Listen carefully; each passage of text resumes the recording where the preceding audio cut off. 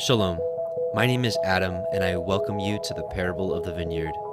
Every day, Yahuah is waking up a remnant, a group of people who are coming out of deceptions, realizing our walk is to consist of faith and obedience to his righteous commands.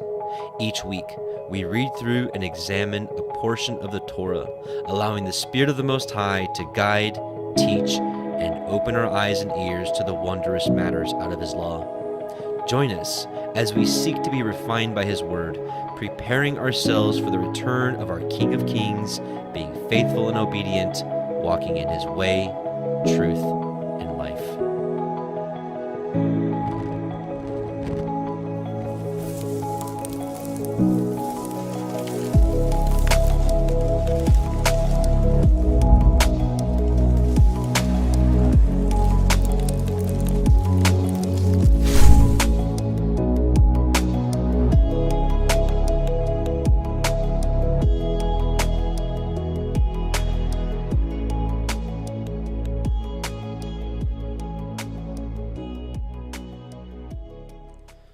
Shabbat Shalom and welcome back, brothers and sisters. Welcome to the Parable of the Vineyard YouTube live stream Torah portions. My name is Adam and I welcome you. This is week 19, Terumah, which is a gift or offering, which is going to take us through Exodus 25:1 through 27:19. Yeah, 19, I want to make sure.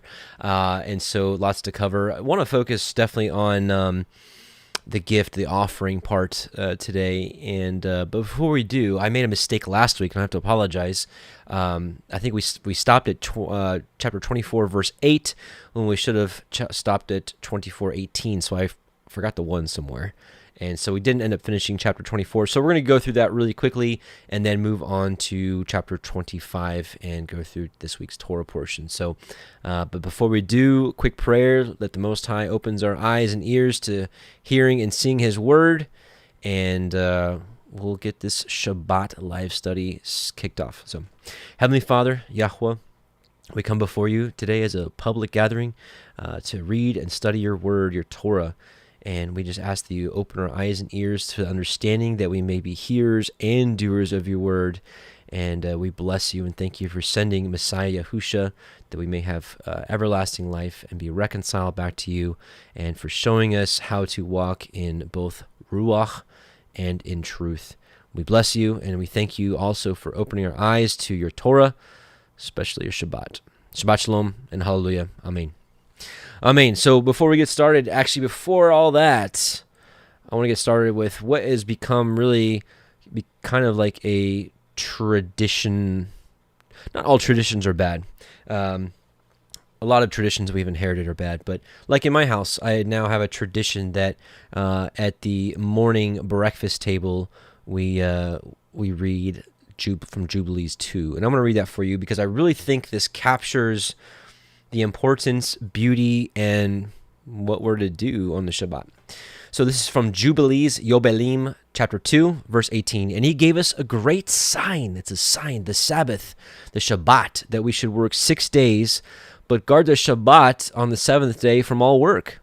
And all the angels of the presence and all the angels of sanctification, these two great classes, he has bidden us to guard the Sabbath with him in heaven and on earth. And he said unto us, Behold, I will separate unto myself a people from among all the peoples, and these shall guard the Shabbat. And I will sanctify them unto myself as my people, and will bless them, as I have sanctified the Sabbath, and do sanctify it unto myself. Even so will I bless them. And they shall be my people, and I will be their Elohim. And I have chosen the seed of Jacob from amongst all that I have seen, and have written him down as my firstborn son, and have sanctified him unto myself forever and ever. And I will teach them the Shabbat, that they may guard the Shabbat thereon from all work. And thus he created therein a sign in accordance with which they should guard the Shabbat with us on the 7th day, to eat and to drink, to eat and to drink and to bless him who has created all things, as he has blessed and sanctified unto himself a peculiar people. We're finding out what that means. Above all peoples, and that they should guard the Shabbat together with us. And the us in this book is the angels. The angels apparently gave this book to Moshe. So it said also here that the angels celebrated it in heaven with him as they do on earth. So pretty special day. So I pray that it's a blessing in the Most High's eyes, that there's a group of people that want to get together and study from His Word on the Shabbat. So we'll call this a public gathering of His Word. And I thought I had Exodus pulled up, but I guess I didn't. So let's get into this week's Torah portion. But again, before we do so, I want to finish up from last week at chapter 24. And what we'll do is I swapped at verse 8, but let me just read through really quickly, starting at verse 1, so that we know what is going on, so that's not confusing. Exodus 24. And he said unto Moshe, Come up unto Yahuah, you, Nahron, and Nadab, and Abihu, and 70 of the elders of Yasharel, and worship ye afar off. And Moshe alone shall come near Yahuah, but they shall not come nigh, neither shall the people go up with him. And Moshe came and told the people all the words of Yahuah, and all the judgments, the right rulings. We talked about this last week. And all the people answered with one voice and said, All the words which Yahuah has said we will do. And Moshe wrote all the words of Yahuah, and rose up early in the morning, and built an altar unto the hill, and 12 pillars, according to the 12 tribes of Yasharel. And by the way, the people answered one voice, all what Yahuah said we will do. This is a marriage covenant. Remember, this is like a marriage ceremony, and where you have vows to each other, and you swear to one another that you're gonna take care of them. And it doesn't have to be the one that the world says, in sickness and in health. And not that there's anything wrong with that. I think there's good words in that, but I think, our own vows are pretty special. But that's what they're doing here. They're vowing to the Most High that all that you said we will do. And he sent the young men of the children of Yasharel, which offered burnt offerings and sacrificed peace offerings of oxen unto Yahuah. And Moshe took half of the blood and put it in basins, and half of the blood he sprinkled on the altar. And he took the sefer of the covenant, the book of the covenant, and read in the audience of the people. And they all said, All that Yahuah said we will do, and be obedient. Again, like marriage ceremony, marriage vows. And Moshe took the blood and sprinkled it upon the people, and said, Behold, the blood of the covenant which Yahuah has cut with you concerning all these words. So we've talked about this before. Again, if you got children, you know what happens if a man marries a woman that's a virgin. You go to the marriage bed, right? You've got that. So it's a coronating of the ceremony. Then went Moshe, Nahron, and Nadab, and Abihu, and the 70 elders of Yasharel, and they saw the Elohai of Yasharel, and there was under his feet, as it were, a paved work of sapphire stone, and as it were, the body of heaven in his clearness. So hallelujah to that. I want to pause here real quick. We're going to touch on the sapphire stone. I think it's super important and super interesting. Before we do, just in case you're new and you're stumbling across this for the first time, these Torah portions, I don't offer them up as teachings. I offer them up as studies, as mere studies, as your brother, as your brother, not as your teacher. Your teacher is the Ruach inside of you, and Messiah Yahusha is your teacher. I'm not your teacher. Certainly what I do here, it is a teaching type role, but remember that I'm not your teacher, and I offer these up as your brother. I have a lot to learn when it comes to the Torah. So when I'm doing these studies, I'm offering you up what I study throughout the week, my notes, verses that I come across that can help understand better understand the study. We look at texts that were not included in the canon, but that I do believe are scriptural, Jubilees, Jasher, the Apocrypha, Enoch, many others, to really bring these studies to life. So again, I offer them up as a study. Again, as I said before, like if you were in my living room, in my home, we're just discussing it, and I can't wait for the day where. Well, I can't wait. I'm hopeful for the day where we get to do this forever in New Jerusalem. But let's go back here. So Moshe, Aharon, Nadab, Abihu, and the 70 elders of Yasharel, they saw the Elohai of Yasharel. Remember, who did they see? Messiah Yahusha said that no man has ever seen the Father. So who did they see?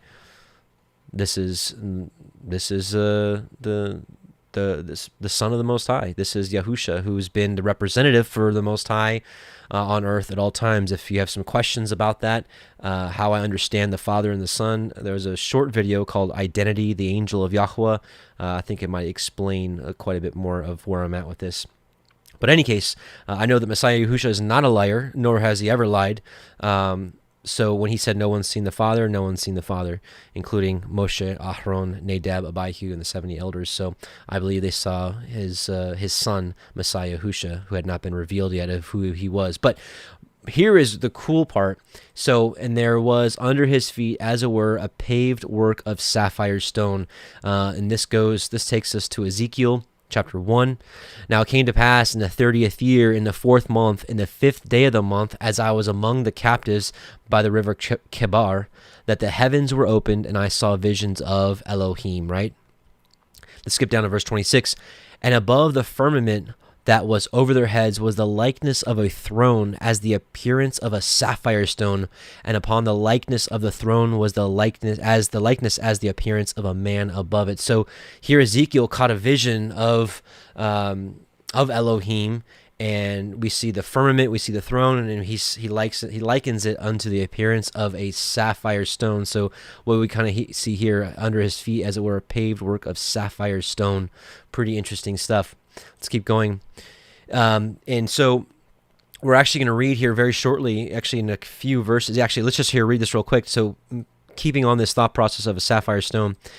And upon the nobles of the children of Yashrael he laid not his hand. Also they saw Elohim and did eat and drink. So now you've got more covenant language, more cutting a covenant language. Just like when Messiah Yahusha at the Last Supper, the Passover meal, they ate, they drank, and he talked about what was going to happen, which was the blood that he was going to shed for the remission of the sins and for the renewed covenant for many, right? And so we know that covenants are a couple things involved, a meal and blood.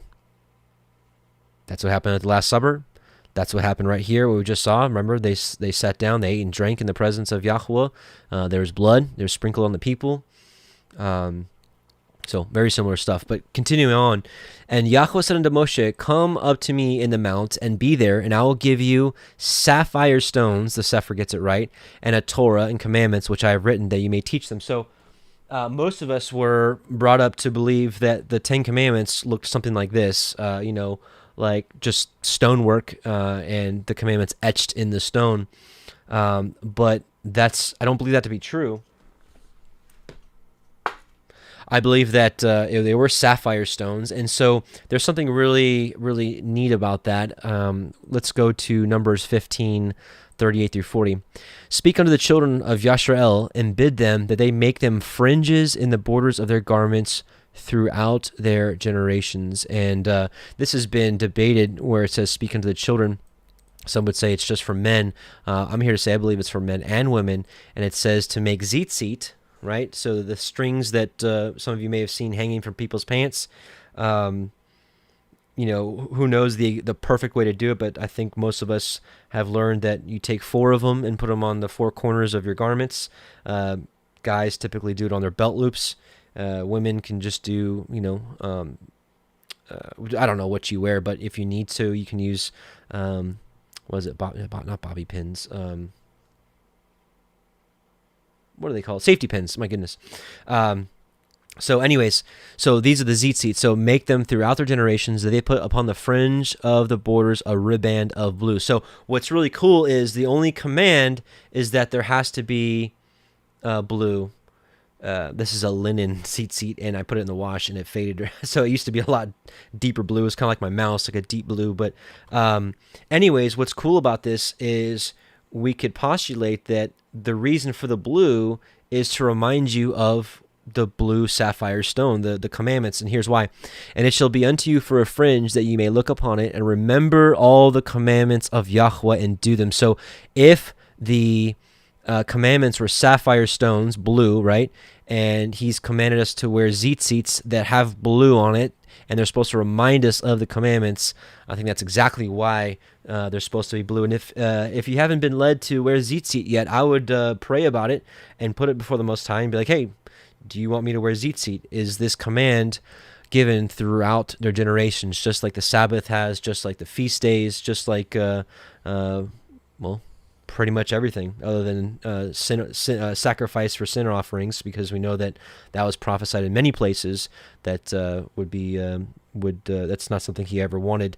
So Messiah Yahusha came and did that once and for all for us. Outside of that, these commandments are eternal, and so so it shall be for a fringe, that you may look upon it and remember all the commandments of Yahweh and do them, and that you seek not after your own heart and your own eyes, after which you used to go whoring. And I think many of us can certainly relate to this. Before we were turned, chastised, and taught the commandments of the Most High, we don't ever want to go back. And so, yeah, it's very true. Sometimes, I'll just, I'll grab these things or look at them and just know that this is a symbolic reference of keeping his commandments and never wanting to go back to my old ways, that you may remember and do all my commandments and be holy unto your Elohim. So pretty cool stuff about the sapphire. Again, remember the firmament. Some people believe that the firmament is made out of sapphire. That's why you have that blue color.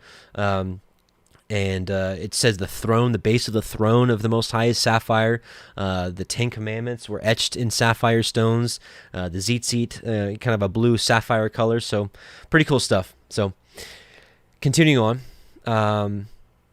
And Moshe rose up, and his minister Yahusha, this is Joshua, and Moshe went up into the mount of Elohim.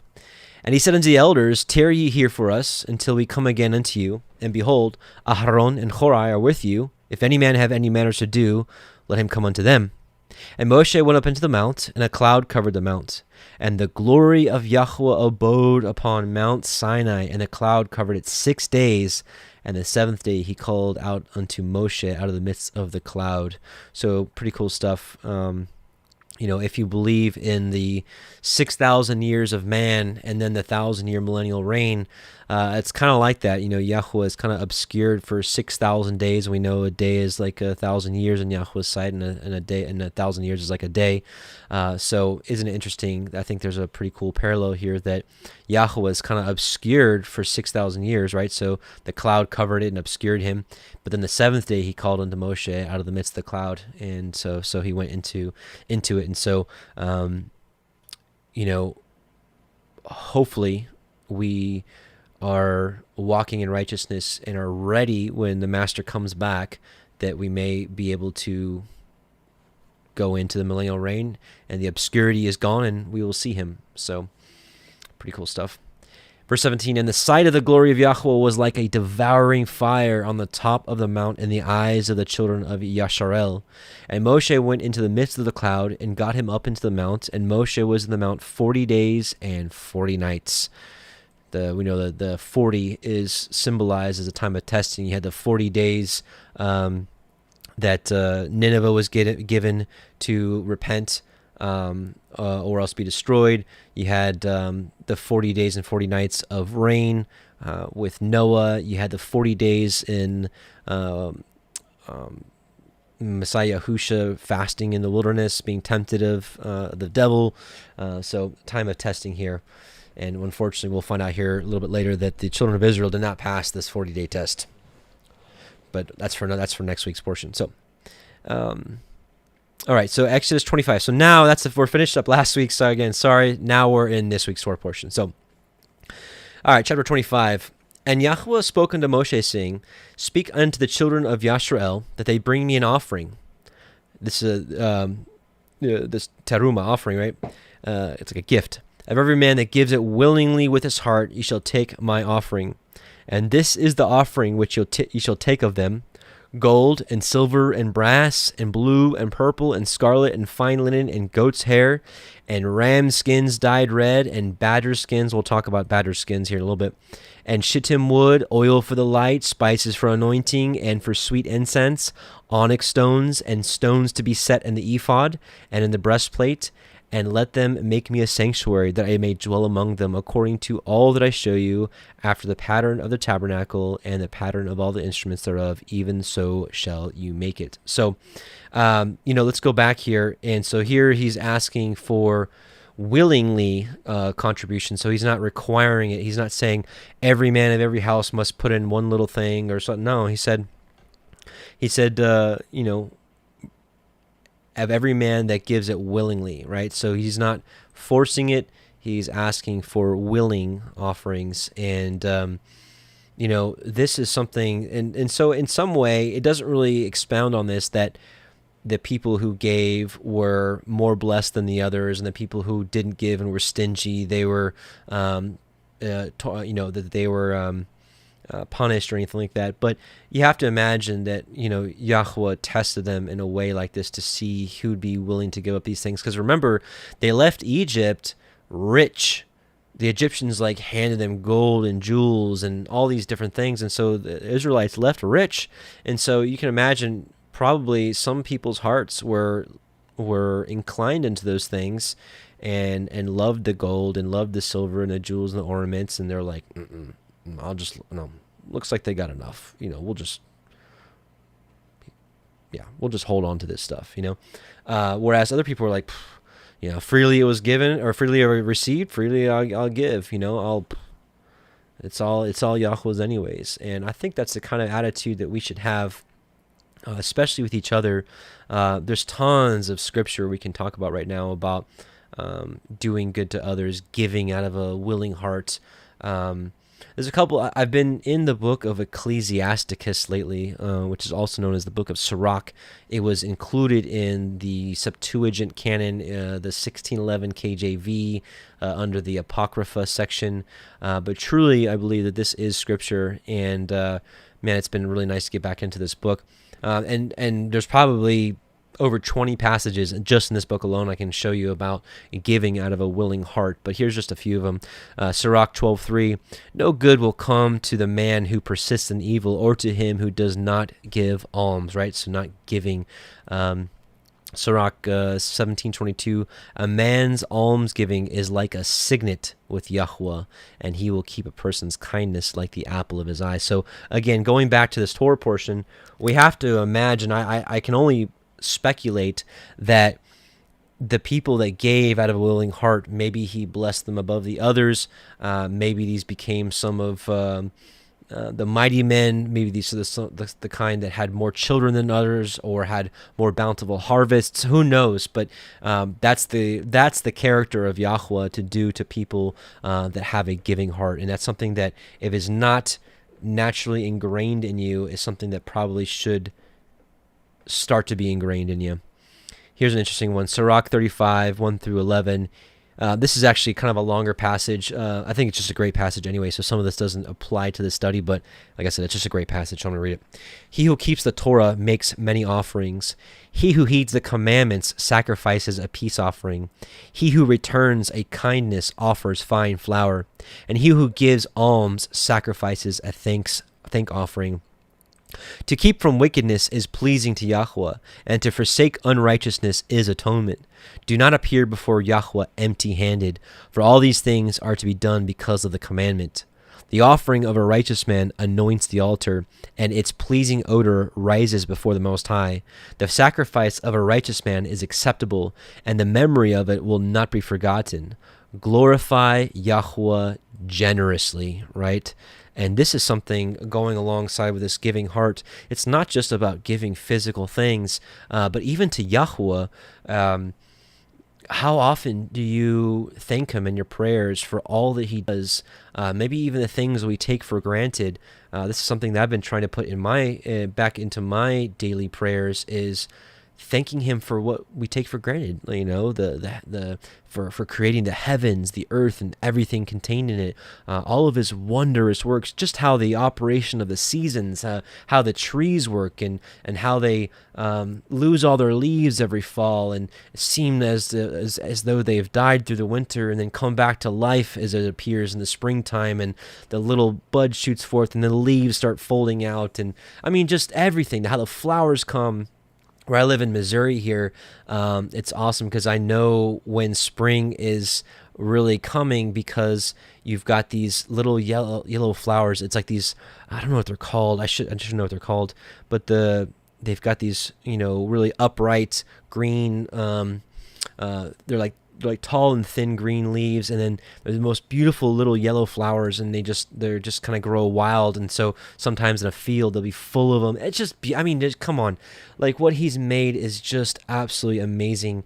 And so glorify him. So when you thank him for these things that most people take for granted, it glorifies him. So the generosity out of your heart shouldn't just be giving to others. I mean, that's a huge thing, but what about being generous to Yahuah with your prayers and your thank offerings, and blessing him for the operation of everything he's made, the majesty of everything he's made, for making you, for giving you children if you have them, or health if you have it, or whatever it may be.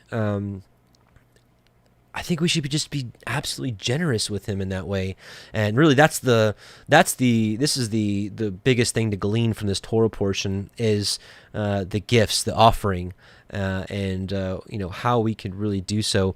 There's a passage, that every time we come across sacrifices in the Torah, especially as we'll get here in the finishing with Exodus and all through Leviticus, it's like, sacrifice this ram and sacrifice this bull, and we're like, okay, well, we don't really do all that right now. This is almost all that can be summed up right here in Hebrews 13. I really love this passage. Let us go. This is Hebrews 13, starting in verse 13. Let us go forth, therefore, unto him without the camp, bearing his reproach.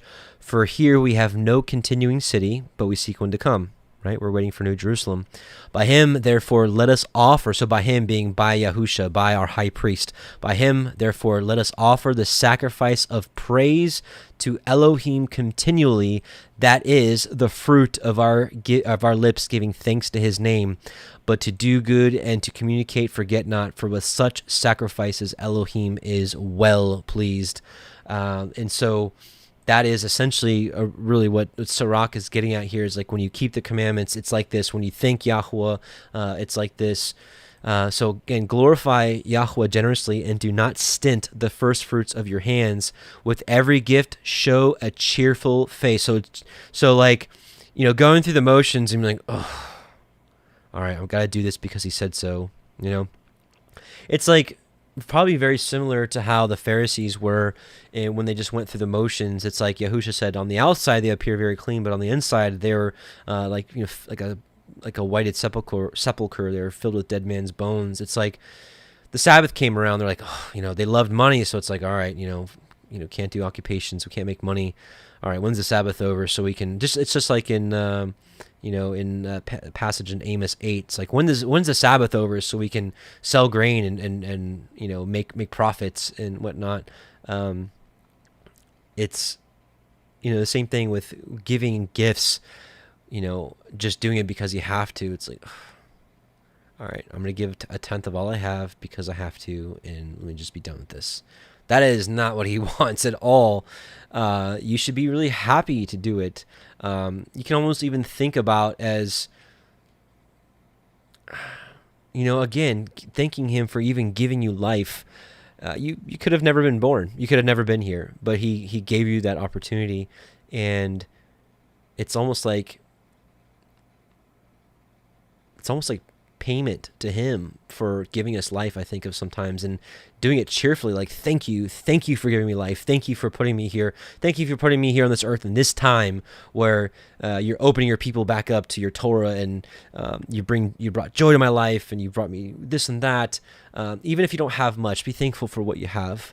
And truly, when you walk in his Torah and you give graciously, you don't really need much. As we're starting to learn, some of us are starting to learn, you don't need a whole lot. You don't need stuff like you needed before you came back to him. You don't have to always have the latest thing, or the nicest clothes, or the newest brands, or the newest shoes, or have to always have this or have that, or have the the nicest jewelry. You don't need stuff. And if you're still there, you really need that stuff, just continue. He'll shed it off you. He will over time. And you're like, oh, I don't want to. I love this stuff. Well, over time, he'll take away that love of stuff and love of the things of the world, and he'll start filling your heart with a love for him. That's what Yahusha said. Well, blessed are those who thirst after righteousness, for they shall be filled. not filled with the goods of this earth, although sometimes he can bless us. He can bless us with nice things, and that just comes, I guess, sometimes. But if your heart's not set on it, it doesn't sway you one way or the other, whether you're rich or poor. It doesn't sway you. It doesn't move you. But I'm getting off topics now, so let's get back. So with every gift, show a cheerful face and dedicate your tithe with gladness, right? Not here's a tenth. Here's a tenth. That's your portion, and wherever you give today, you can give to the homeless, you can give to people that need. There's many places you can give. And when you do, just give with a good heart. It's very satisfying. It really is.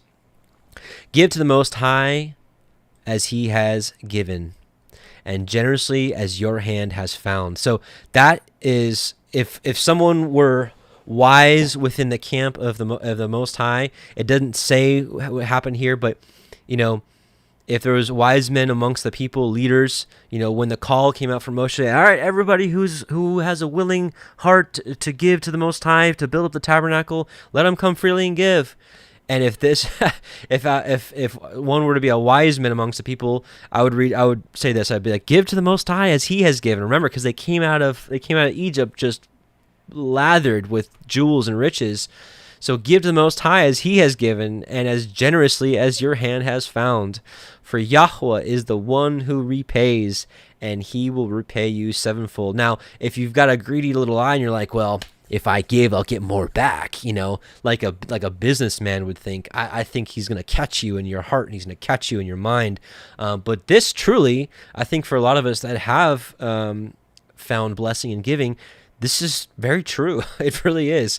But again, if your heart isn't set on riches and stuff, it's just like, oh, okay, cool. Praise Yah. Thank you. And it's just a change of heart, and it's a complete change of way of living that most of us were used to in our previous life. So anyways, I just wanted to share that with you. One more verse in Sirach 40:24. Brothers and help are for a time of trouble, but alms-giving rescues better than both. There's something about giving, brothers and sisters, and again, that's the whole idea of this Torah portion. Let's see some words from the Messiah. Luke 6:30-38. Give to every man that asketh of you. So how much even more if Yahuah asks, hey, give of a willing heart. So give to every man that asks of you, and to him that taketh away thy goods, ask them not again. And as ye would that men should do to you, do ye also to them likewise. For if ye love them which love you, what thank have you? For sinners also love those that love them. And if ye do good to them which do good to you, what thank have you? For sinners also even do the same, right? And you know that, people in the world, even sinners give to people. Even Satanists give gifts to each other and do things like that, right? So, and if you lend to them of whom you hope to receive, what thank have you? So, if you're only willing to lend because you know that person will pay back, right? What thank have you? For sinners also lend to sinners to receive as much again. But love your enemies and do good and lend, hoping for nothing again. So give it to people that you know could never repay you back, right? Just do it. Just do it, And your reward shall be great. Oops. And your reward shall be great, and ye shall be the children of the highest, for he is kind unto the unthankful and to the evil. And then, so that kind of wraps up what I wanted to say about giving with willingness, because again, it's just like when he says loving others, even if they don't love you back, even loving your enemies, because it's easy for anybody to love those that love them. Like anybody can do that. That's easy. But to love people that hate you or love people that don't love you back, that's hard. It's not really hard. At first it's hard, but then I guess as you get used to it, it doesn't bother you. Even if you love somebody and they spit venom back in your face, at first you're like, oh, why did you do that? All I didn't want to do is be nice to you, right? But then again, because Yahuah fills you, it's like nothing can shake you. The longer you're on this walk, it's like the more you actually apply this stuff, nothing will shake you. Like nothing.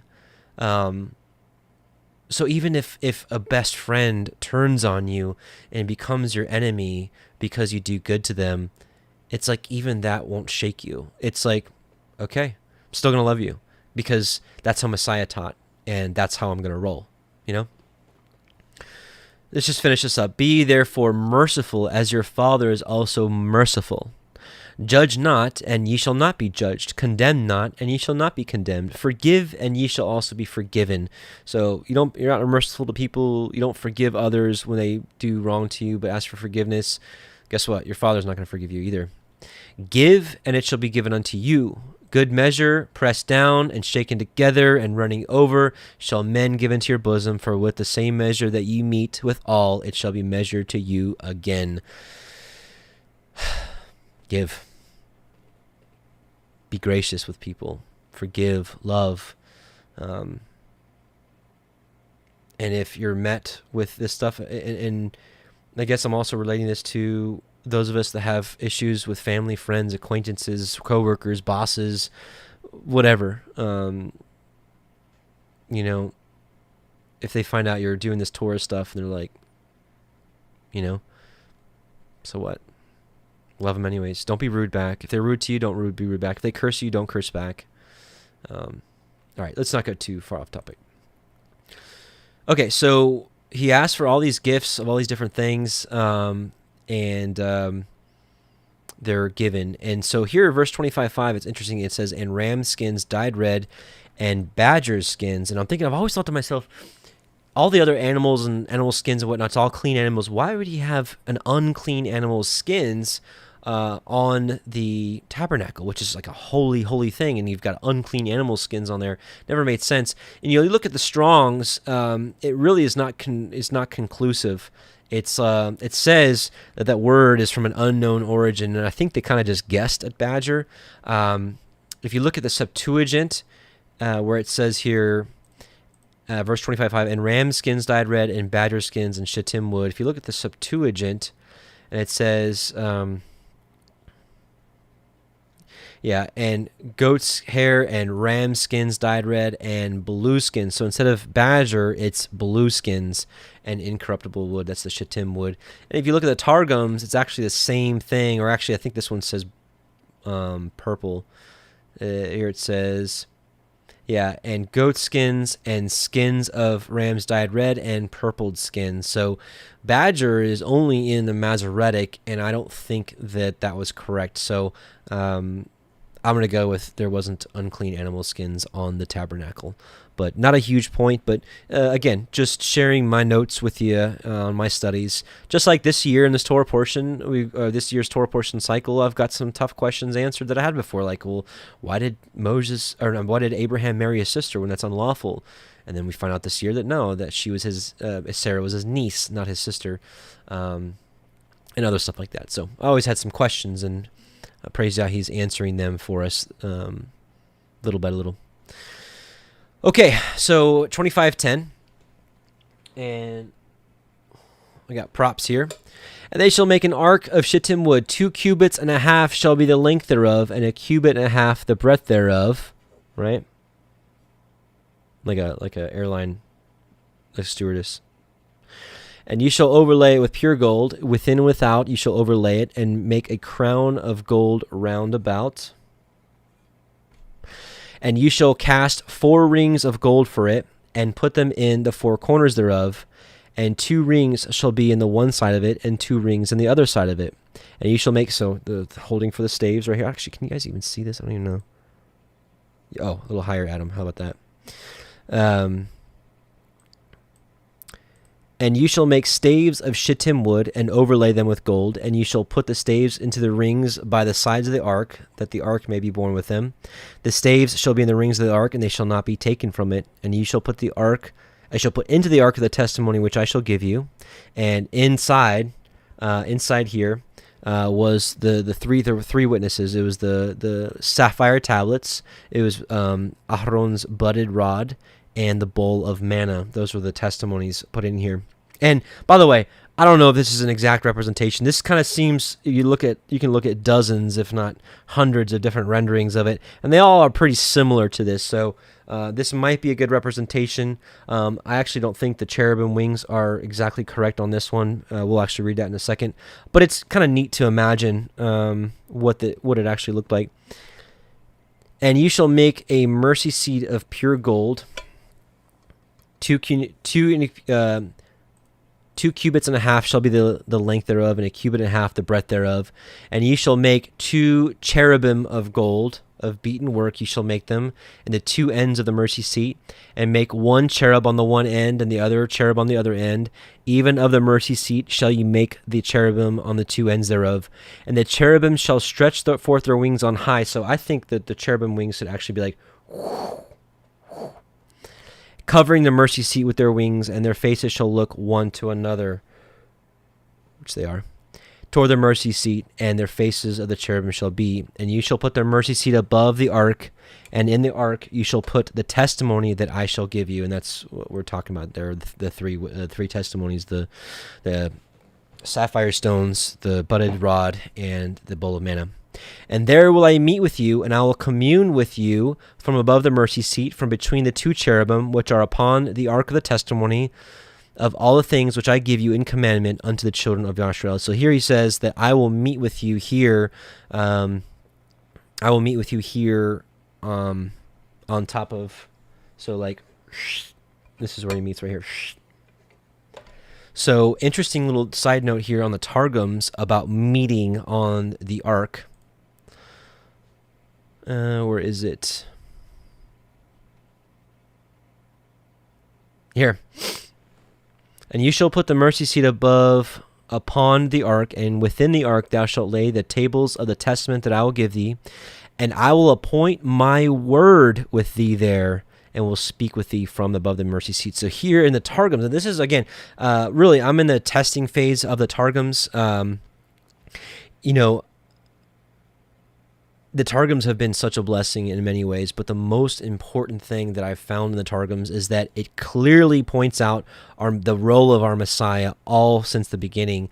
And so here, once again, it says that I will appoint my word with you there. So I'm going to commune with you with my word, with my son. They didn't know at that time, but my son I'm going to communicate with you with on that mercy seat. So pretty interesting stuff. So I will appoint my word with thee, and I will speak to thee from above the mercy seat. So awesome stuff. So we just finished reading about the ark. Before we move into the table of bread, the showbread, I want to read you one of my favorite stories about the ark. And it comes from 1 Samuel 4 and 5. And so let's read it together. So we're going to read the end of 4 and all of 5.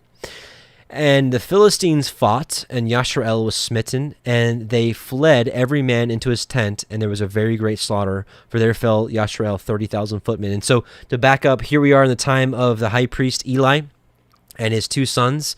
His 2 sons were wicked men. They were doing debaucherous things with women in the tabernacle in Shiloh.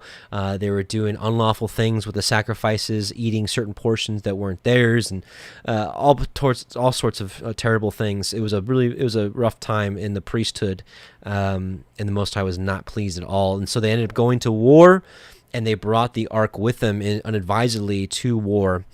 And the ark of Elohim was taken, and the 2 sons of Eli, Hophni and Phinehas, were slain. So 1 Samuel 5, and the Philistines took the ark of Elohim and brought it from Ebenezer unto Ashdod. When the Philistines took the ark of Elohim, they brought it into the house of Dagon and set it by Dagon.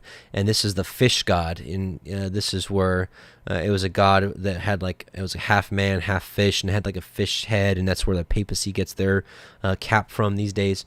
Anyways, and when they put it into the temple of Dagon, and there's a big statue of Dagon there, and there's the ark right next to Dagon, the statue.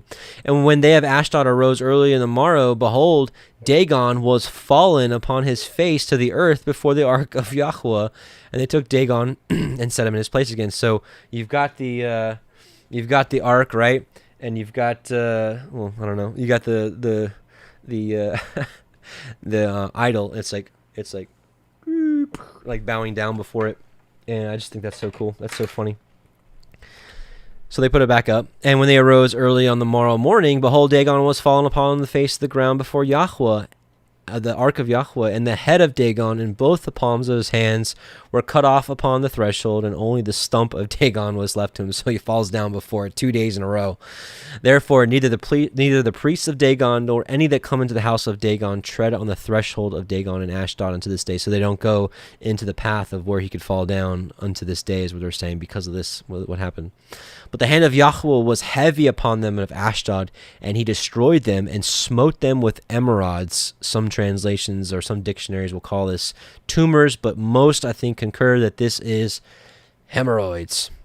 So he smote them with hemorrhoids, and even Ashdod and the coast thereof. And when the men of Ashdod saw that it was so, they said, the ark of Elohim of Yashrael shall not abide with us, for his hand is sore upon us, and upon Dagon our God. They sent therefore and gathered all the lords of the Philistines unto them, and said, what shall we do with the ark of the Elohim of Yashrael? And they answered, let the ark of Elohim of Yashrael be carried about unto Gath. And they carried the ark of Elohim of Yashrael about thither. And it was so that after they had carried about, that the hand of Yahuah was against the city with a very great destruction, and he smote the men of the city, both small and great, and they had emerods in their secret parts. So that sounds about right. Hemorrhoids in their secret parts, right? Therefore they sent the ark of Elohim to Ekron, and it came to pass, as the ark of Elohim came to Ekron, that the Ekronites cried out, saying, they have brought about the ark of Elohim to Yashrael to us, to slay us and our people. And so they sent and gathered together all the lords of the Philistines, and said, send away the ark of the Elohim of Yashrael, and let it go again to his own place, that it slay us not and our people. For there was a deadly destruction throughout all the city, and the hand of Elohim was very heavy there. And the men that died not were smitten with emerods, and the cry of the city went up to heaven. So they knew about the fame of this ark, because even in the time of Joshua, we saw that Rahab and all the city, and actually all of Canaan, had heard that the water of the Jordan was stopped for the ark. And of course, they heard all the things that happened in Egypt with all the plagues and everything. So they knew what was going on. We're going to see the ark again, Revelation 11:19. And the temple of Elohim was opened in heaven, and there was seen in his temple the ark of his testament. It's called the ark of the covenant, ark of the testament, same thing. And there were lightnings and voices and thunderings and an earthquake and a great hail. Here's an interesting story also about the ark. This comes from 2 Baruch 6, and how it was preserved from the enemies tampering with it. This shows you kind of how special it is that the Most High, when he came to destroy his own city with the Babylonian army, he wanted to protect these items. This is 2 Baruch 6. And it came to pass on the morrow that, lo, the army of the Kasdim, the Chaldeans, the Babylonians, surrounded the city. And at the time of the evening, I, Baruch, left the people, and I went forth and stood by the oak. And I was grieving over Zion, and lamenting over the captivity which had come upon the people. And lo, suddenly a strong ruach raised me, and bore me aloft over the wall of Jerusalem. And I beheld, and lo, 4 angels standing at the 4 corners of the city. Kind of reminds you of Revelation, doesn't it? Each of them holding a torch of fire in his hands. And another angel began to descend from heaven, and said unto them, hold your lamps, and do not light them till I tell you. For I am first sent to speak a word to the earth, and to place in it what Yahuah Sebaot has commanded me. And I saw him descend into the holy of the holies, and take from thence the veil, and the holy ark, and the mercy seat, and the 2 tables, and the holy raiment of the priests, and the altar of incense, and the 48 precious stones, wherewith the priest was adorned, and all the holy vessels of the tabernacle. And he spoke to the earth with a loud voice, Earth, earth, earth, hear the word of El Elohim, and receive what I commit to you, and guard them until the last times, so that when you are ordered, you may restore them, so that strangers may not get possession of them. For the time comes when Jerusalem also will be delivered for a time, until it is said that it is again restored forever. And the earth opened its mouth and swallowed them up. So, awesome. Praise Yah. We'll see it again. Okay, so let's go to the showbread. Exodus 25:23. You shall also make a table of shittim wood. 2 cubits shall be the length thereof, and a cubit the breadth thereof, and a cubit and a half the height thereof. And you shall overlay it with pure gold, and make thereto a crown of gold round about. And ye shall make unto it a border of a handbreadth round about, and ye shall make a golden crown to the border thereof round about. And ye shall make for it 4 rings of gold, and put the rings in the 4 corners that are on the 4 feet thereof. Over against the border shall the rings be for places of the staves to bear the table. And ye shall make the staves of shittim wood, and overlay them with gold, that the table may be borne with them. And shall make the dishes thereof, and spoons thereof, and covers thereof, and bowls thereof, to cover with all of pure gold shall ye make them. And ye shall set upon the table showbread before me always. So what exactly that looked like, again, nobody really knows, but maybe here's some good representations. You got some similar work as to what the ark may have looked like. And you'll see here what it will end up finding out a little later is that 12 cakes are to be of showbread are to be on the table, and you've got 12 for the representation of the 12 tribes of Yisrael. And what we'll see a little bit later is it's really interesting is that the lamp, the light, was to be right across from it, shining its light upon the 12 stacks of bread. So now let's learn a little bit about the golden lampstand. Got another one for you.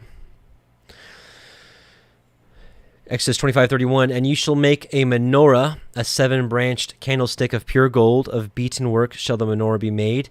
His shaft, his branches, his bowls, his knops, and his flowers shall be of the same, and 6 branches shall come out of the sides of it. 3 branches of the menorah on one side, and 3 branches of the menorah on the other side. 3 bowls made like unto almonds, with a knop and a flower in one branch, and 3 bowls made like almonds in the other branch, with a knop and a flower. So in the 6 branches that come out of the menorah. And in the menorah shall be 4 bowls made like unto almonds, with their knops and with their flowers. And there shall be a knop under the 2 branches of the same, and a knop under the 2 branches of the same, and a knop under the 2 branches of the same, according to the 6 branches that proceeded out of the menorah. Their knops and their branches shall be of the same. It shall be of one beaten work of pure gold. And ye shall make the 7 lamps thereof, and they shall light the lamps thereof, that they may give light over against it. And the tongues thereof and the snuff dishes thereof shall be of pure gold. Of a talent of pure gold shall he make it with all these vessels. And look that you make them after their pattern, which was showed you in the mount. And we know, we learned that everything Moshe was shown was a pattern, a copy of what's in heaven. And we saw that in Revelation 5. We saw the 7 golden candlesticks. And we'll actually go on a little cool, little interesting study right now. Zechariah 4. And the angel that talked with me came again and waked me as a man that is wakened out of his sleep, and said unto me, What seest thou? And I said, I have looked, and behold, a candlestick of all gold, with a bowl on the top of it, and has 7 lamps thereon, and 7 pipes to the 7 lamps which are upon the top thereof, and 2 olive trees by it, one on the right side of the bowl, and the other on the left side thereof. So I answered and spake to the angel that talked with me, saying, What are these, my Adonai? Then the angel that talked with me answered and said to me, Knowest thou not what these be? And I said, No, my Adonai. Then he answered and spake unto me, saying, This is the word of Yahuah unto Zerubbabel, saying, Not by might, nor by power, but by my spirit, saith Yahuah Sebaot. Who art thou, O great mountain? Who are you, O enemy, O exalted enemy, before Zerubbabel? Thou shalt become a plain, and he shall bring forth the headstone thereof, with shouting, saying, crying, Grace, grace unto it. Moreover, the word of Yahuah came unto me, saying, The hands of Zerubbabel have laid the foundation of this house. His hands shall also finish it. And thou shalt know that Yahuah Sebaot hath sent me unto you. For who hath despised the day of small things? For they shall rejoice, and shall see the plummet in the hand of Zerubbabel. With those 7, they are the eyes of Yahuah, which run to and fro through the whole earth. We saw this in Revelation as well, the 7 spirits. Then answered I and said unto him, What are these 2 olive trees upon the right side of the candlestick, and upon the left side thereof? And I answered again and said unto him, What be these 2 olive branches, which through the 2 golden pipes empty the golden oil out of themselves? And he answered and said to me, Knowest thou not what these be? And I said, No, my Adonai. Then he said, These are the 2 anointed ones that stand by the Yahuah of the whole earth. So a lot to go over here. This is pretty cool, little rabbit trail. But so anyways, you've got a golden candlestick, and you've got 2 branches right? Dumping oil into the light, or into the lamps to give it light. So a couple things to go over. Who are these olive trees? Psalm 52:8, but I am like a green olive tree in the house of Elohim. I trust in the mercy of Yahuah forever and ever. Jeremiah 11:16, Yahuah called thy name a green olive tree, fair and of goodly fruit. Revelation 11:4, these are the two olive trees and the two candlesticks standing before the Elohim of the earth. Revelation 1:20, the mystery of the 7 stars which thou sawest in my right hand, and of the 7 golden candlesticks. The 7 stars are the 7 angels of the 7 churches, and the 7 candlesticks which thou sawest are the 7 churches. Ezekiel 37:16-17, moreover, thou son of man, take thee 1 stick and write upon it for Judah and for the children of Yisrael his companions. Then take another stick and write upon it for Joseph, the stick of Ephraim, and for the house of Yisrael his companions. So you've got these 2 sticks pouring oil into the candlestick, right? Who brings the oil for the lamp, for the light to shine forth? Leviticus 24, and Yahuah spake unto Moshe, saying, command the children of Yisrael that they bring unto thee pure olive oil beaten for the light to cause the lamps to burn continually. So it was the children of Israel, when this decree was given, it was 1 house, but we learn that later on it was divided into 2 houses. 1 stick became 2 sticks. Proverbs 6:23, for the commandment is a lamp and the Torah is light. So here we have the 2 houses of Israel bringing forth the light to put into the lamps, and when you put the oil into the lamps, it causes, and of course when you light it, causes the lamps to burn continually. So pretty awesome stuff there. And really, with that kind of understanding, oil being the obedience, light being the shining forth of the Torah, and it's supposed to shine forever, it really brings to life the parable of the wise and the foolish virgins, whereas the wise brought oil for the lamps, and whereas the foolish did not bring oil for the lamps, for the Torah to shine forth in them. So one other thing we saw here is that these 2 olive trees standing before the Elohim of the whole earth. Well, who stands before the earth? Who stands before Yahuah? First of all, let me go back. I went a little fast. So, in Zechariah 4:14, it said, then said he, these are the 2 anointed ones that stand before Yahuah of the whole earth. Let's actually take a look at the language here. Let's take a look at the interlinear. So it said, these are the 2 anointed ones. That's how they translated it. But Hai Yashar. Yashar is oil. It's fresh oil. So this was translated in a couple other places. Hosea 2:22, the oil. Haggai 1:11 upon the oil. And then in Zechariah, anointed ones. But it's kind of true because the 2 offices that are anointed with oil are anointed ones. So who are the ones that have the oil poured forth on them? This is Exodus 30:22-31. We're actually going to just scoot down here to the bottom.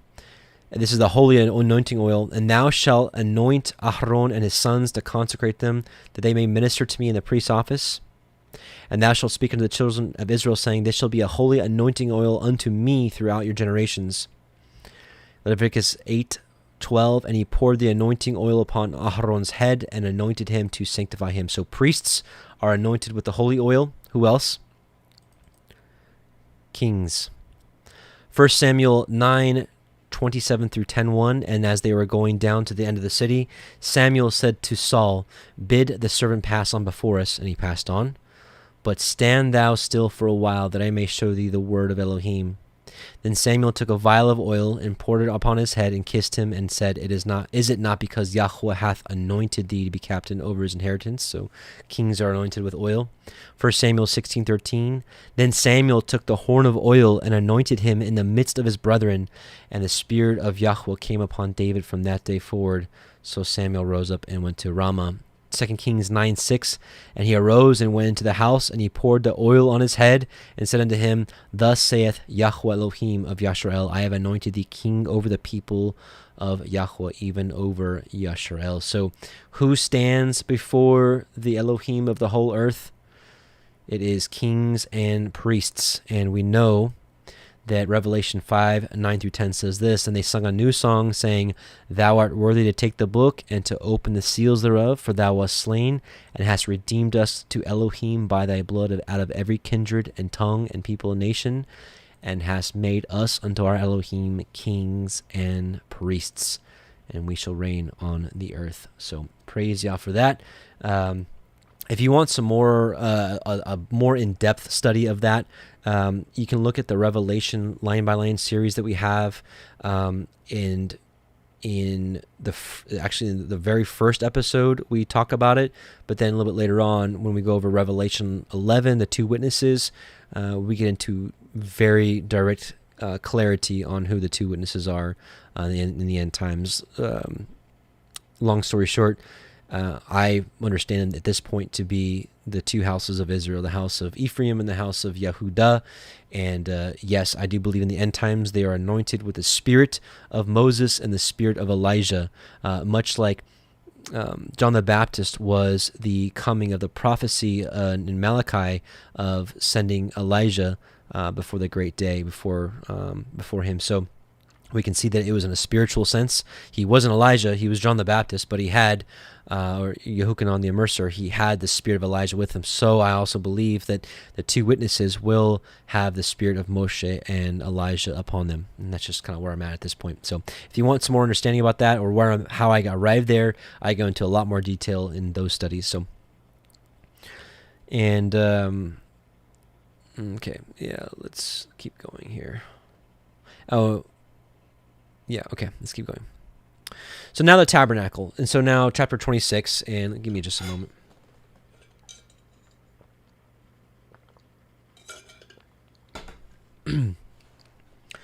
So as I'm going to be straightforward with you, as I read through the building of the tabernacle, you know, Yahuah is the great potter, and we're just his clay, and he's fashioned us all differently. And, you know, for the longest time, I kind of got frustrated when I would try to do things like carpentry or just things with craft with my hands. For whatever reason, I'm just not built that way. And I used to struggle with that. And I'm just not a very handy guy in that way.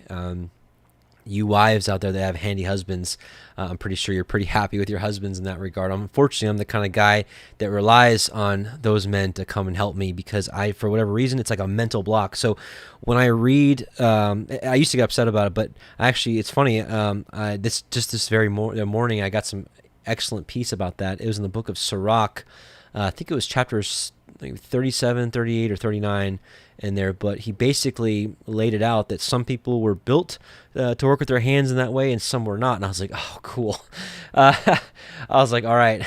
So anyways, I say all that to say this. As we read through the tabernacle here, this stuff just goes like way over my head. So like when I'm reading how it's supposed to be put together and stuff, it's like some of you like construction-minded men, you're like, oh yeah, I can see how this is. That doesn't happen with me here, so I don't have a whole lot to add here, so I'm going to kind of just read through it. I will say that, you know, the most people, or most renderings, here I'll show you tabernacle in the wilderness. So most renderings will render this kind of rectangle tabernacle, and that may be right. Again, I'm not really a construction-minded guy, so when I read through this stuff, it's just like I might as well, you know, read Chinese. It just doesn't make sense to me. So this is kind of the general consensus of what it looked like. There was a gentleman that I was pretty intriguing. I listened to him. I think he did a show with Rob Skiba one time. His name is Andrew Hoy. He puts a different perspective on some things, and he's saying that instead of the rectangle tabernacle, he's saying that the way he looks at it and renders it when he puts it together is it looks more like a dome. I don't have a dog in this fight. I don't have a strong opinion because, again, this is not my specialty. But if you're interested in hearing a different approach to other than just a rectangle, just search it. It says you can just search Rob Skiba Andrew Hoy, and I think this will come up. Here, I'll just put it in the chat if you guys want to look it up. Again, I don't really have a really have an opinion on this, but I like to offer up different opinions sometimes, just for testing. You never know. But anyways, let's keep going. So I'm going to read chapter 26 for you, so and we'll move on. Actually, there's a couple notes I have here. Yeah, okay. So Exodus 26:1. Moreover, you shall make the tabernacle with 10 curtains of fine twined linen, and blue and purple and scarlet, with cherubim of cunning work shall you make them. The length of one curtain shall be 28 cubits, and the breadth of one curtain 4 cubits, and every one of the curtains shall have one measure. The 5 curtains shall be coupled together one to another, and other 5 curtains shall be coupled one to another. And you shall make loops of blue upon the edge of the one curtain from the selvage in the coupling, and likewise shall you make in the uttermost edge of another curtain, in the coupling of the second. 50 loops shall you make in the one curtain, and 50 loops shall you make in the edge of the curtain that is in the coupling of the second, that the loops may take hold one of another. And you shall make 50 taches of gold, and couple the curtains together with the taches, and it shall be one tabernacle. And you shall make curtains of goat's hair to be a covering upon the tabernacle. 11 curtains shall you make it. The length of one curtain shall be 30 cubits, and the breadth of one curtain 4 cubits, and the 11 curtains shall be all of one measure. And you shall couple the 5 curtains by themselves, and the 6 curtains by themselves, and shall double the 6th curtain in the forefront of the tabernacle. And you shall make 50 loops on the edge of the one curtain that is outmost in the coupling, and 50 loops in the edge of the curtain which couples the second. And you shall make 50 taches of brass, and put the taches into the loops, and couple the tent together, that it may be one. And the remnant that remains of the curtains of the tent, the half curtain that remains, shall hang over the backside of the tabernacle. And a cubit on the one side, and a cubit on the other side of that which remains in the length of the curtains of the tent, it shall hang over the sides of the tabernacle on this side and on that side to cover it. And you shall make a covering for the tent of ram skins dyed red, and a covering of badger skins. Again, we talked about the badger skins. I think it was just a different colored skin, not badger. Look it up in the Strong's for yourself. And you shall make the boards of the tabernacle of shittim wood standing up. 10 cubits shall be the length of a board, and a cubit and a half shall be the breadth of one board. 2 tenons shall there be in one board, and set in order one against another. Thus shall you make for all the boards of the tabernacle. And you shall make the boards for the tabernacle 20 boards on the south side southward.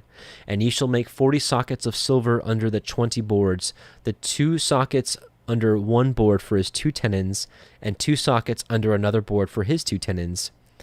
And for the second side of the tabernacle on the north side there shall be 20 boards. And there are 40 sockets of silver, 2 sockets under one board, and 2 sockets under another board. And for the sides of the tabernacle westward you shall make 6 boards. And 2 boards shall you make for the corners of the tabernacle in the 2 sides. And they shall be coupled together beneath, and they shall be coupled together above the head of it unto one ring. Thus shall it be for them both. They shall be for the 2 corners. And they shall be 8 boards, and their sockets of silver, 16 sockets, 2 sockets under one board, and 2 sockets under another board. And you shall make bars of shittim wood, 5 for the boards on the one side of the tabernacle, 5 bars for the boards of the other side of the tabernacle, and 5 bars for the boards on the side of the tabernacle for the 2 sides westward. And the middle bar in the midst of the boards shall reach from end to end. And you shall overlay the boards with gold, and make their rings of gold for places for the bars, and you shall overlay the bars with gold. And ye shall rear up the tabernacle according to the fashion thereof, which was showed you in the mount. And you shall make a veil of blue, and purple, and scarlet, and fine twined linen of cunning work. With cherubim shall it be made. And ye shall hang it upon 4 pillars of shittim wood overlaid with gold. Their hooks shall be of gold, upon the 4 sockets of silver. And ye shall hang the veil under the taches, that you may bring it in thither within the veil of the ark of the testimony. And the veil shall divide unto you between the holy place and the most holy. And ye shall put the mercy seat upon the ark of the testimony in the most holy place, and shall set the table without the veil, and the menorah, the 7-branch candlestick, over against the table on the side of the tabernacle toward the south, and ye shall put the table on the north side. So here, actually interesting, here we can see the setup of what's going on here. This is a decent representation, although from what I'm reading, the menorah was kind of like more right here. So here you've got the most holy place, and this is the holy place. This is the altar of incense. This is the table of showbread. Again, I was telling you about the 12 stacks of the bread for the children of Israel. Here's the menorah. Maybe it's just a perspective angle here, but the way I read it should be right here facing against it. So remember, the menorah, right, the commandment is a lamp and the Torah is light, and the children of Israel were to bring the oil for these lamps to burn continually. And so basically what you have here is the Torah shining upon the children of Israel, a representation of the children of Israel forever, perpetually, if you will. Here's a picture of the cherubim wings that I think is a little more appropriate than the one I was showing you. What I have, okay, I guess that's it. Here, yeah, this is a good representation, I think, is what it's showing here.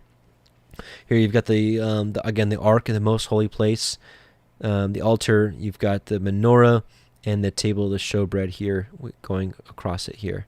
So pretty cool stuff. This is the veil. Of course, this is what was rent in two when Yahusha was crucified.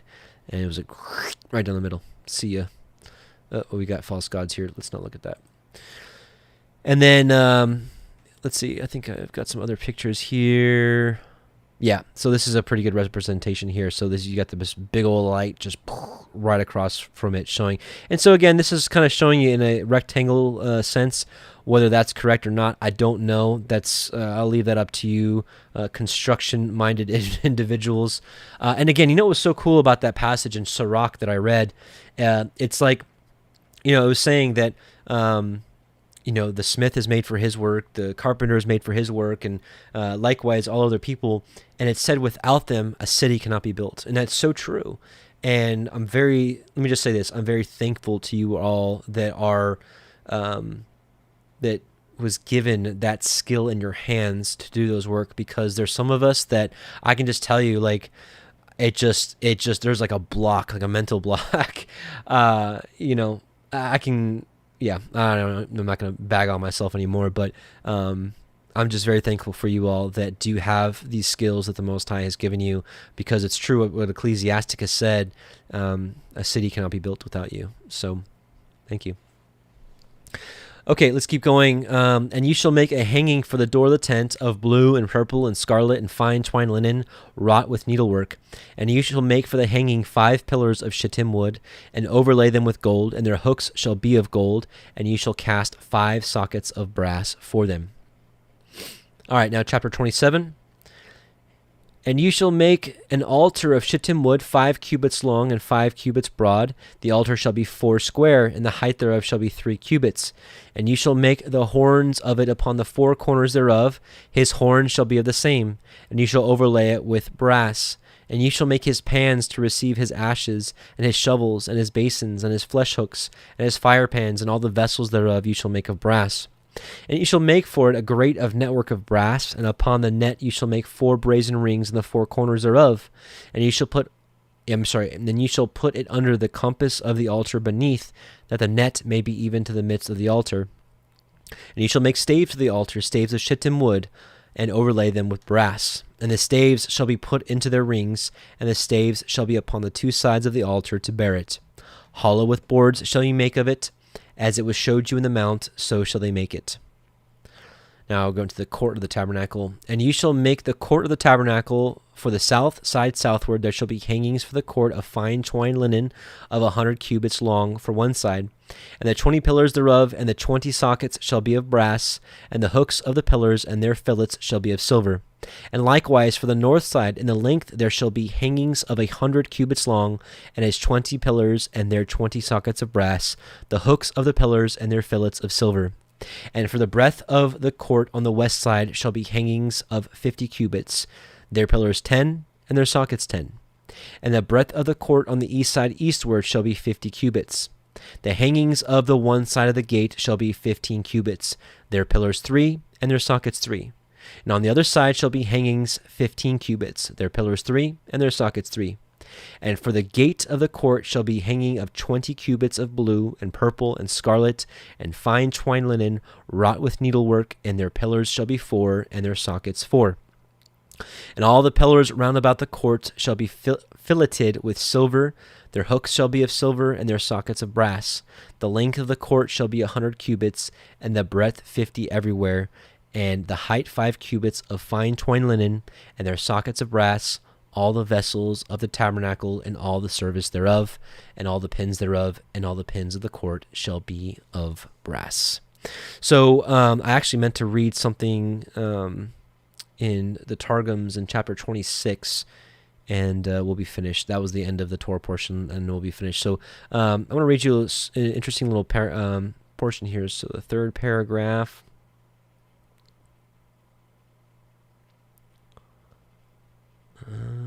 Here we go. We'll read this, and let me just again the Targums. Let me just say that I think in general the Targums are legitimate. I really do. Could there be some things inserted in a later date period? Possibly so, but I think the Targums gives us a fresh look and a fresh understanding of what this is. If there's anything ever in the Targums that would take us away from the proper service of the Most High, certainly we would toss that aside.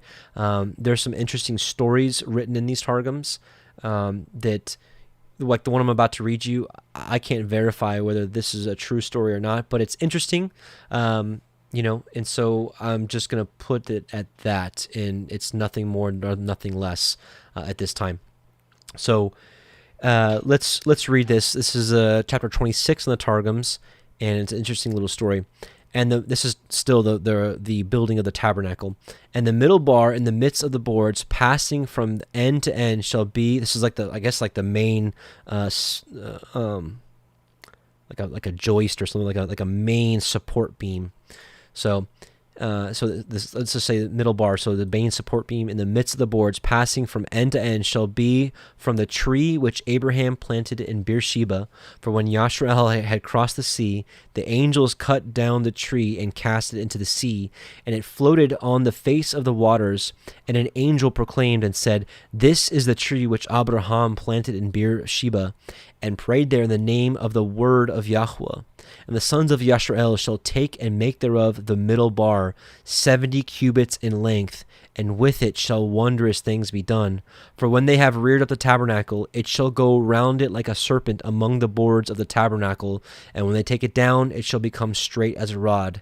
And the boards thou shalt overlay with gold, and make of gold their rings for the place of the bars, and shall overlay the bars with gold, and thou shalt rear the tabernacle according to the manner showed thee in the mountains." So basically what it's saying is like this main support beam is like when it's put up, it's going to like twirl around and like, be intertwined and look like a serpent or a vine, twirled around.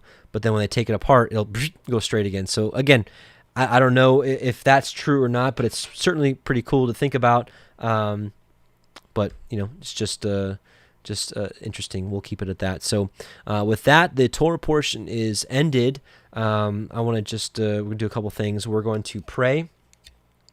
We'll do the Aaronic blessing, and then I have a announcement for you all with Passover. We're going to do a public Passover, and so I'm going to give you some heads up of how to reserve a spot. So let's pray first, and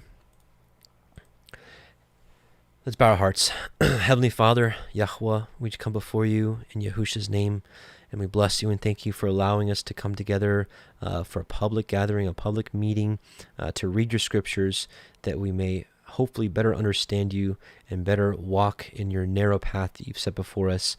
For we want to do what's pleasing in your sight, and we thank you for the Shabbat, and we bless you, and we pray that you continue to strengthen us and to give us understanding, and strengthen us for the days that are coming, the days ahead.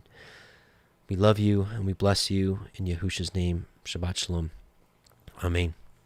So let's do the Aaronic blessing. We'll do it in Hebrew first and then English. Yevarechecha Yahuah ve'yishmerecha Ya'er Yahuah panav elecha v'chuneka Yisa Yahuah panav elecha ve'yasem Lecha shalom. In English, Yahuah bless you and keep you. Yahuah make his face shine upon you and be gracious unto you. Yahuah lift up his countenance upon you and give you shalom. So